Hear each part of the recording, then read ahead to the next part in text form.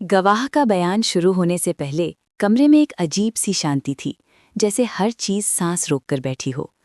Table पर रखा recorder green light के साथ ब्लिंक कर रहा था और ग्लास के उस पार अनु खड़ी थी, बिना बोले सिर्फ अपनी आंखों से हिम्मत दे रही थी।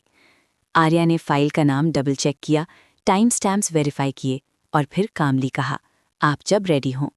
गवाह ने गहरी सांस ली और वही सांस इस कहानी का सबसे बड़ा मोड़ बनने वाली थी। उसने बोलना शुरू किया, कोई हीरो बनने के अंदाज में नहीं, बल्कि एक थके हुए सिस्टम इनसाइडर की तरह।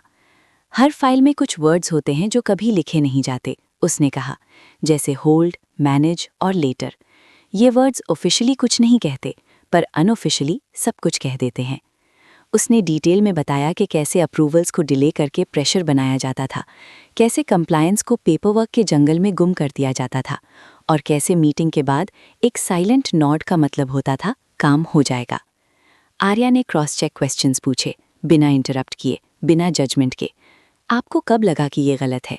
गवाह ने थोड़ा रुक कर कहा, जब मैंने देखा कि जो लोग सही सवाल पूछते थे उन्हें क्वाइटली साइडलाइन कर दिया जाता था। अनु ने नोट लिया, साइडलाइनिंग, एक पैटर्न जो पहले डेटा में दिखा था आज आवाज में सुनाई दे रहा था। गवाह ने एग्जाम्पल्स दिए, ईमेल्स जिनके सीसी लिस्ट से नाम हटाए गए, रिव्यूज जिनके मिनट्स कभी सर्कुलेट नहीं हुए और टारगेट्स जो साइलेंटली रिवाइज हो गए।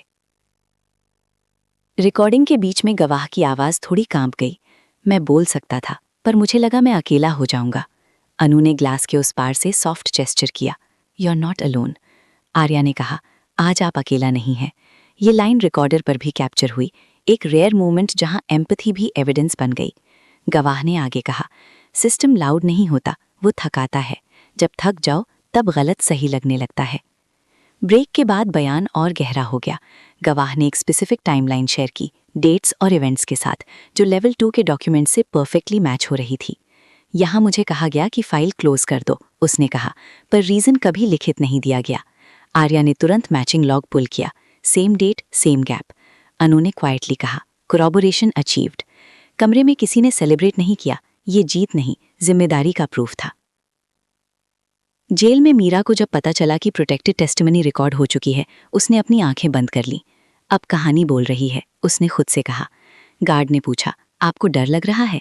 मीरा ने ठंडी आवाज में कहा, डर नहीं, वेट। उसके चेहरे पर पहली बार एक्सेप्टेंस की, जैसे कोई जानता हो कि जो प्रोसेस शुरू हो चुका है उसे रोका नहीं जा सकता। कोर्ट मॉनिटरिंग सेल को सील्ड ट्रांसक्रिप्ट भेजा गया। जज का रिप्लाई आया, शेड्यूल नेक्स्ट स्टेप। अनु ने मैसेज पढ़कर कहा, नेक्स्ट स्टेप मतलब कॉन्फ्रंटेशन। आर्या ने नोट किया, और कॉन्फ्रंटेशन मतलब प्रोटेक्शन डबल।